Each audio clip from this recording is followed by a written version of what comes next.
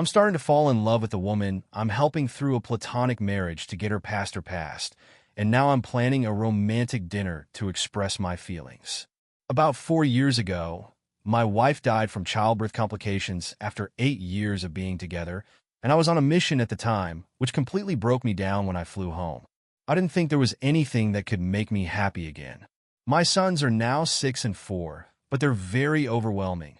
So I asked Cass, the sister of one of my good friends in the Marines, to help. She had been a friend of my wife's, but not a very close friend, and she agreed, in exchange for a place to stay temporarily. At the time, Cass was only 20 years old, and Debbie was suffering from the abuse of her ex-boyfriend, whom she had finally left 3 months earlier. During the first few weeks of looking after the children, she borrowed money from me to go to the doctor, as she had no insurance when shaking hands. I was happy to lend her the money. She was like an angel, taking care of the cooking and cleaning and keeping the peace in my little family. It turned out that she had some kind of nervous disorder, probably caused by the repeated abuse at the time. It seems simple enough. I have good insurance, and she needs health insurance. I never thought I would be able to get away from my wife, who was afraid of intimacy. I agreed to marry her, but to keep the relationship platonic. She promised not to burden me with her debts, and we signed a prenuptial agreement. I only found out that it was a government fraud, so we got divorced. But we were both damaged and needed company. The last 3 years have been about as good as expected, if not better. Cass is wonderful, more than wonderful. She keeps the house spotless, has food ready when I get home every night, has worked as a night baker, and has almost paid off the debt. Her health has also improved dramatically thanks to the quality medical care she receives. She is a saint. She tells the children stories about their mother, shows them photos, takes them to play, and even teaches them to read. Of course, the 6-year-old has just finished kindergarten, but the 4-year-old will be the smartest kid in his class next year. Next year, the 4-year-old will sometimes call her mom, but she will shush him and remind him that her name is Cass and that mom is the angel in the picture above the fireplace. Once the debts are paid off, the children will go to school. She has saved some money and plans to go to nursing school. Our relationship is still platonic, but very caring. I have cried on her shoulder countless times, and she has done the same. Once, I was very nervous and yelled at her, but it was actually about something insignificant. She took my son to see Santa Claus, but not me. She was, of course, very scared, but we worked it out. I even offered to pay for her to see a psychologist, but she refused. That was 2 years ago, and since then we have rarely argued, but I was able to resolve the issues. Whenever I am unhappy, angry, or hurt, she seems to understand me and reassure me in a way I cannot explain. I fear that I may be falling in love with her. I've noticed little things like her smell, her smile, her laugh, the way her eyes light up when she sees me, how much my kids love her, not to mention that she's beautiful and hardworking. A few days ago, after we put the kids to bed, I almost kissed her. Her hugs are lasting longer. The other day, she took a nap in my bed, and she was washing the sheets. I want to join her, not have sex with her, just lie with her, hug and kiss her. I don't know what to do, or even how to bring it up. It's been 4 years since my wife died, and all I can think of is a line from a song, Fire and Ice, where a character says that when the sun goes down, there's no candle that can replace it, meaning that since the death of his true love, no one can replace him. I used to feel the same way, but some days my thoughts are always occupied by Kath, and I don't even think about my wife. I feel bad about it, and I still miss her, but I never thought I could go on living. I feel guilty and unfaithful at the same time. I want not only her body, but also her romantic closeness, not just as friends. I don't know how to bring it up. I don't want to scare her or make her uncomfortable, but it's harder than I thought. I was going to ask her out for dinner, just the two of us, and then bring it up. But what if she says no? How do I tell if her interest means anything? The other day, she had a hard time with those boys. They couldn't sit still and couldn't control themselves, so I brought her some of her favorite flowers. She was very happy and gave me a long hug and a quick kiss. I was taken aback, but after she finished eating, she jumped around and put the flowers in a vase. What does this mean? Edit, it's been an hour. You convinced me to tell her that I called her favorite restaurant and made a reservation. Her brother agreed to take care of her, and let her stay at his place tonight. SL would feel bad if she didn't like it. She paid off her debt this morning. Apparently just sent me a picture of the check. Next week is our 3rd anniversary. So this is the prelude. I plan to tell her during dessert. I'm very nervous because last night was very busy with the update. Because at first, our youngest son ate what he called a giant furry spider, and Cassie wanted Todd to take him to the hospital, even though he was fine. And her brother, whom we call Joe, told her he would handle it and basically forced her to leave the house to celebrate getting rid of the debt, which she didn't seem to want to do at all. I became nervous, so we arrived at the restaurant very early, but luckily they still had a table available.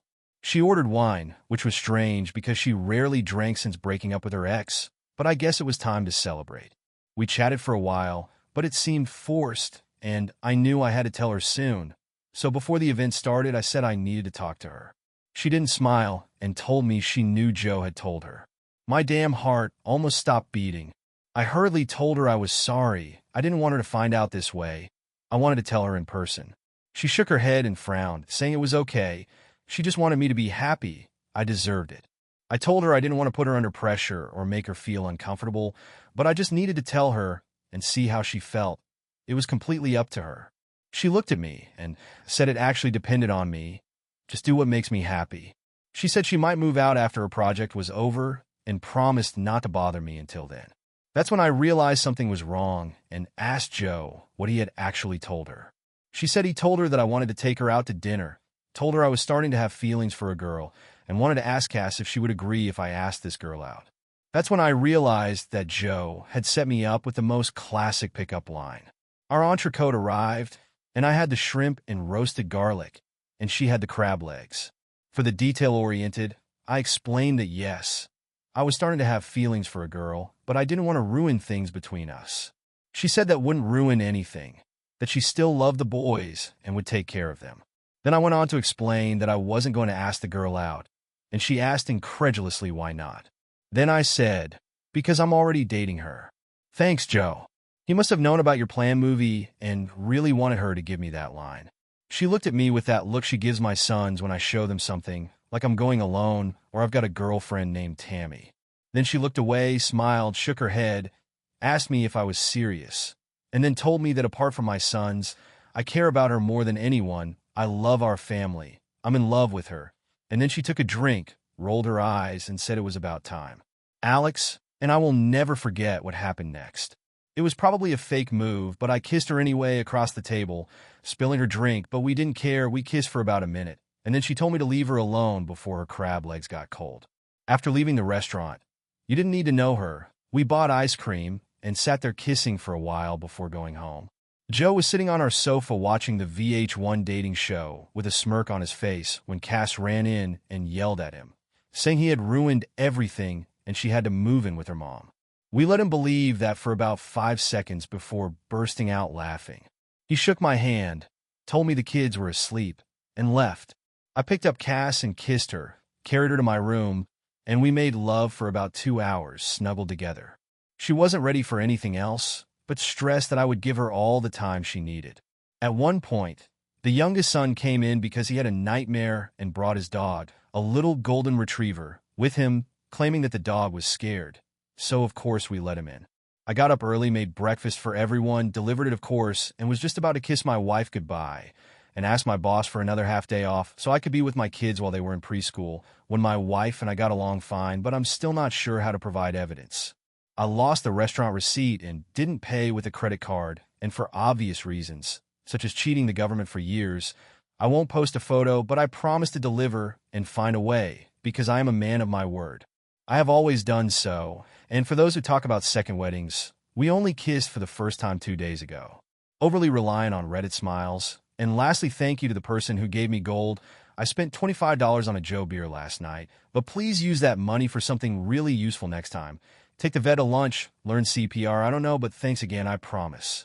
I'll update again later. But don't be mad if it's not frequent. I'm a little busier than usual. Cheers. Update 3 things are going really well, except I'm starting to develop feelings for her. I was afraid of scaring her or making her feel insecure, but Reddit convinced me, and I'm now happily dating my wife. Hello everyone. I hope you're all doing well. I've had a crazy day. Things have been going really well lately. It was a bit weird explaining it to friends and family at first, but most people have accepted it, including my sons who act like nothing's changed. I'm pretty sure she always knew. Last night, I came home to find Cassie wasn't there, and dinner was burnt. It's no big deal, I really can't cook, but it's not like her, and she only had a glass or two of wine. I asked her what was wrong. Obviously, I was worried, and she told me her ex-boyfriend, who is 30, was released on parole last week. I was shocked because she was supposed to be able to testify at his parole hearing. I believe the crime for which he was in prison was obviously not related to abuse, which I always thought was the reason, but the actors had assured that it would at least get him 10 years in prison. At least 10 years. And 2 people were afraid to testify against him or press charges. Apparently, he was arrested for a felony, and while in custody, he asked her to post bail, but she turned to my first wife for help, moved out, and started over. I don't know what to do, and don't think there is any legal way for us to get him back in jail. She knows she should go to the police, and now she feels guilty and upset. I know she will be safe, because if he tries to contact her, I will take legal action to make sure he can't even touch her. I took the day off work, but I promised to have my friend with her full-time even when I go back, but I don't know how to make her feel safe. I've contacted my lawyer to get a restraining order, and he says it shouldn't be difficult, but she's a mess. I just don't know how to make her believe that she'll be okay. I'm not sure if this will turn out okay, but I know what I'd do if he tries to update. Update for Hey Reddit. I first want to apologize for not updating in a timely manner. I've been busy with life, to be honest, and I had trouble sleeping last night. I was surfing the internet and came across an article about Reddit, and I wanted to know how those nice people were doing. Then I logged on to Reddit and found out that many of you were concerned about the lives of Cass and I. Things are pretty good now. Last year, after her ex-husband got out of prison, life became difficult for a while, but she was always afraid that he would contact her until he actually did. I remember that night like it was 5 minutes ago. Someone rang our doorbell. Our oldest son answered the door. He asked for Cass. She told the kids to go upstairs. Then she looked at me. I knew, but she didn't look scared. The bastard apologized and asked for forgiveness, and asked for another chance. She was very brave. I wanted to kill him, but she refused him and told him to leave. He did, and tried to contact her a few times until we got a protection order against him. The last I heard, he moved up north to live with his father, or something like that happened around that time. Her brother Joe also had a very serious car accident and ended up having to stay with us for a while. He's a good guy and one of my best friends, so we didn't mind, but it was a stressful time about 7 or 8 months ago, and we finally got around to getting married. I guess you could say the kids are doing well and are very happy. Cass has a great job, although I think she works too much and enjoys it too much. We're expecting our first child in February and are very excited.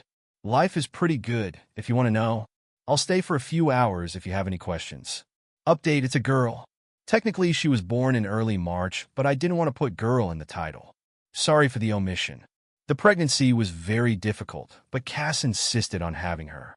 I think 3 children is enough, but everything is fine. She weighed 21 pounds, 9 ounces at birth, and is bald like me. She is much easier than the boys, hardly ever cries, and is the most photogenic baby. Our youngest son is completely charmed by her and always wants to help. She is cuter than you think. Joe is doing okay. His back pain still plagues him, but he is dating a girl 2 years younger than me, and although he is happy with her, we are happy for him, so nothing to update except for the addition of a new father. Cassie is away today, so I'll be home with the baby, so I should be here for a while. Update 6, I see it every few years and always want to update it, but either there's not much news or I want to get away from it all. I guess sometimes it seems like my life is defined by this great love story that everyone thinks is my life, and then they make a movie about it. No, I'm not involved. I haven't seen it and I'm not going to. I think we ended up accidentally having another child, which is something to be happy about, but we love him very much. I was going to delay getting a vasectomy, but I did it as soon as Cassie finished school and got a good job. I got a promotion. I retired from the military and went into a desk job. The dog died 3 years ago, but they got a puppy a few months ago. The oldest son is doing well in high school and sports. They made the varsity team their freshman year. They are kind. The younger boys are wonderful, happy, and healthy. I found a new job near Colorado and really like it. Her condition continues to improve. It is now completely manageable with treatment and medication. The bad news can be taken from the worst. The worst is that Cass's brother and my friend died 4 years ago. He got into trouble about 10 years ago and never recovered. We were both deeply shocked and felt that life had become gray and our emotions were difficult to calm. I threw myself into my work and my hobbies in my spare time. She became severely depressed and even gave up her hobbies to focus on the children. After a while, we were basically just roommates who were raising children together. I don't know, looking back, I think we just weren't thinking much in 2020 because we were so focused on ourselves. About 7 months ago, I asked for a separation and moved out, and she broke down. At first she refused, but eventually she accepted. I didn't cheat, but I did see other marital statuses of our friends. She almost stopped asking me how my day was and didn't care about my hobbies or anything else. We talked about bills, children, adult topics, not the fun things we used to do together, and didn't even talk about the children. I prefer to talk about my feelings and hobbies with friends rather than with her. There was one woman, but we just chatted. There was no physical contact. Even now, when I think back, I don't think it ever developed into anything more than friendship. But I know that sometimes I wanted to talk to her more than I wanted to talk to Kath. I know that all marriages have their ups and downs, but this one just seems to be in a permanent downward spiral. I think we had a good 15 years together, and no one can take that away from us, but we deserve to be happy. I've gone out on a few dates, but nothing serious. After we separated, my 2 older sons stopped talking to me. She tried to encourage them, and I know she did, but they were stubborn and I think they blamed me. She said she didn't tell them anything. I don't know. My younger son came over every other week, and whenever I asked them to come over around September, I realized I had made a huge mistake, but unfortunately around that time I found out she had started dating someone else, a woman she worked with. I felt like I had completely ruined my life and fell into darkness. I drank a lot alone in bars, and we had some arguments when my children were not around. Sometimes she wouldn't let me talk to them. She said she knew I was drinking, but when we were together, it was never a problem. So I got angry and said things I now regret. I stopped drinking about a week or so before Christmas. It was hard, but I'm glad I did. I started asking for more time with them and tried to connect with my older children. Now my younger children are with me almost half the time, and my second daughter sometimes comes too.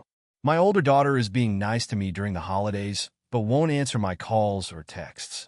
I'm in individual therapy with the children. I don't know what to do next. I asked her if she wanted me to take the children on Valentine's Day, but she said she didn't have any plans as she broke up with her girlfriend a few weeks ago. I joked that since we were both single, we could hang out together, but I don't think she took me seriously. I was serious before, and I still am. I've been sober for a month and can see things more clearly now, although I'm not completely sober yet. I know I'm not a complete alcoholic, but I did abuse alcohol, and that's just as bad. Now, I'll have a beer or 2 with people, but that's it. I never drink alone. There's no alcohol or anything in my apartment. I don't know what we should do next because she is very happy now. I mean, she seems happier than when we were together, even though she broke up with her girlfriend. She is happy. I don't know if I suppressed her a few months ago. She told me she is not interested in divorce. At least she won't mention divorce. She said if I mention divorce, she will appreciate me because I will work with her. I don't want a divorce. I don't want a separation. I don't want to live in this stupid apartment anymore. I don't want to be without a wife and child. I don't think it's a simple solution. I can't just take her out to dinner and tell her how I feel. I thought about getting her into therapy with me, even couples counseling, but every time I thought about asking, I didn't. I guess I just couldn't handle her saying no.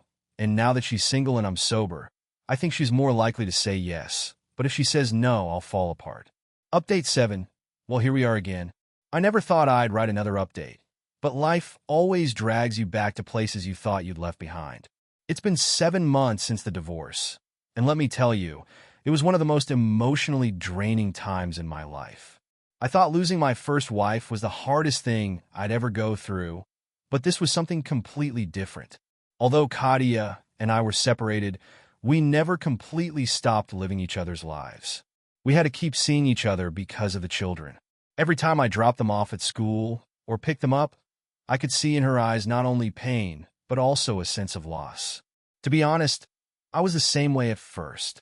I told myself that the separation was necessary, that I needed space, that we needed to figure out who we were apart from being parents together.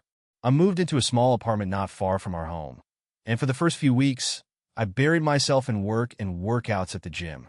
I told myself I was doing fine, but the loneliness hit, and it hit hard. I started noticing little things. How quiet my apartment was without the kids. How much I missed the way Cass hummed a tune while she cooked. How I missed seeing her huddled on the sofa reading medical textbooks. I began to realize that distance doesn't solve anything. It just makes me realize how much I took for granted that everything would be okay. And then 2 months ago, AG Cass was in a car accident. She wasn't killed, but she suffered a concussion, a few broken ribs, and a broken arm. It was late at night, and she had just come home from an overnight shift at the hospital when a drunk idiot ran a red light. When I got the call, I didn't even realize it. I was barefoot, seeing her lying on the hospital bed, all bruised and bandaged up, and I realized how fragile everything is. What if it had been worse? What if that had been the last time I saw her? I spent months focusing on the problems between us instead of being grateful for all the good things. Despite her objections, I stayed by her side every night. I didn't care. I wasn't going to leave her alone. We didn't really talk about bills or kids or logistics, but about us, what we'd lost, what we'd missed. She told me she felt like she had failed me and that she wasn't the partner I needed. I told her I'd close my heart and stop trying. We both cried and apologized. For the first time in years, I felt like my best friend was back. She moved back home last month. We're slowly getting back on track. There's a lot of sorting out and healing to do, but we're determined to get it right. The kids are over the moon, especially our youngest, who declared we were back to normal. Those aren't my words, they're his. I don't know what the future holds, but I know that I love her, and I've never stopped. Maybe we just needed this wake-up call to realize that love isn't just about the good times. It's also about the hard times. I know some people will say we should have sought treatment sooner, and maybe you're right. But the truth is that sometimes you don't realize you have something until it's almost gone forever. Yes, this is my 7th update, and the first time in a long time that I feel like I'm back on track.